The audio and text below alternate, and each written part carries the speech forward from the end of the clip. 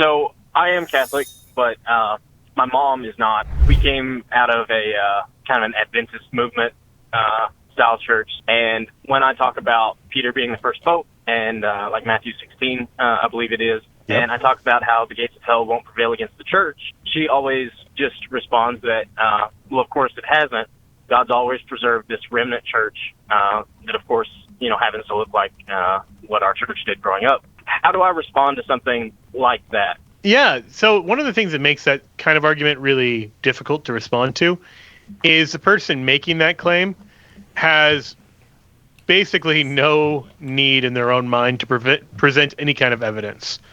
Because no matter how many Christians you can show, no matter how early, where you can say, hey, look, everyone we know who talked to the apostles or lived in the century after them understood Christianity to believe X, they can say, well, actually, the real teaching was Y, and we just lost any evidence those people ever existed.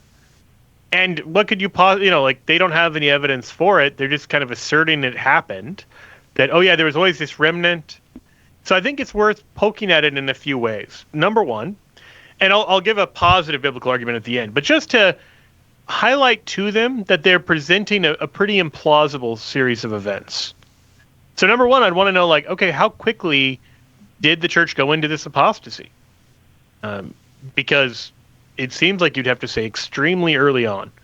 If you take the Mormon position, it's almost immediately after the time of the apostles. I've heard some Protestants argue that the apostasy begins even in the time of the apostles. But then when you read the New Testament, what indication do you have of that? Now, certainly, you have St. Paul warning that there will be wolves who try to get at the flock. But he doesn't predict that wolves are going to devour the entire flock. We're going to face challenges. There are going to be heretics. Absolutely. But the story that is presented in the New Testament is that Christianity is spreading and growing by leaps and bounds. Read the book of Acts. And so to try to have this story of this incredible growth with this other really discontinent story where it failed very quickly. It basically failed immediately. It reminds me of episode 7 of Star Wars, where you're wait, you just told me everything was good, and now you're telling me everything is actually terrible? This doesn't feel well written. This version of history just doesn't quite make sense. You see what I'm saying there?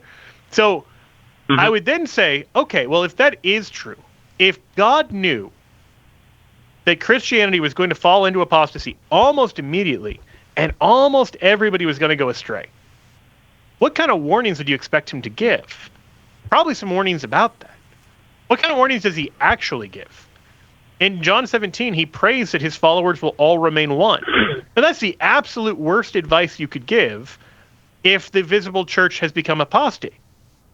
Why would you tell people to make sure that you remain one with the church they should be leaving?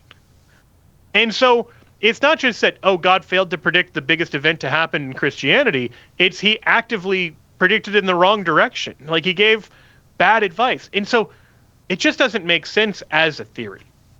Now, that's just kind of a starter frame.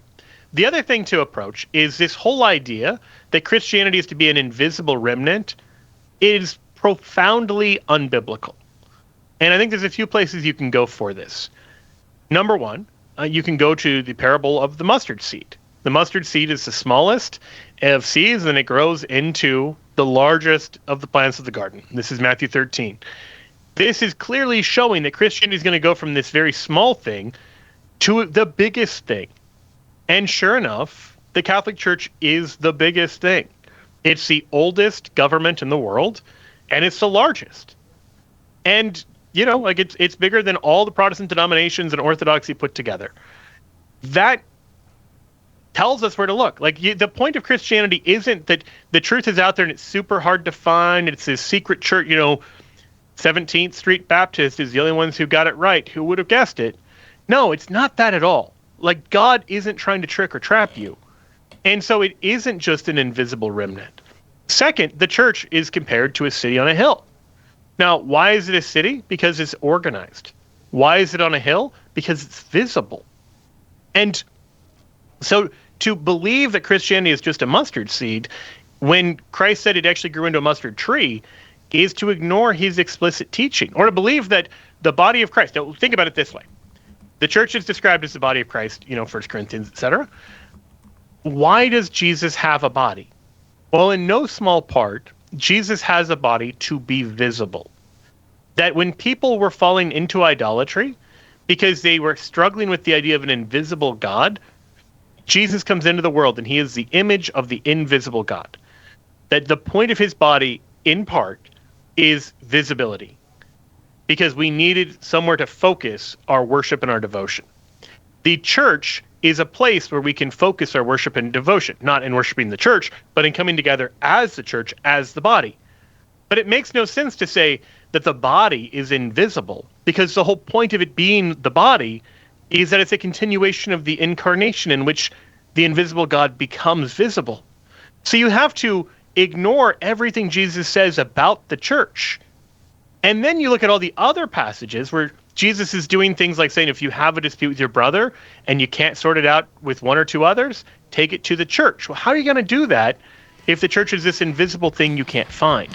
In Acts 15, the church comes together to settle doctrine. So you have all these passages that talk about the role of the church in this visible, structured, organized way.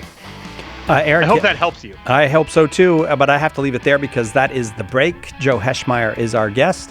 Why aren't you Catholic is our question.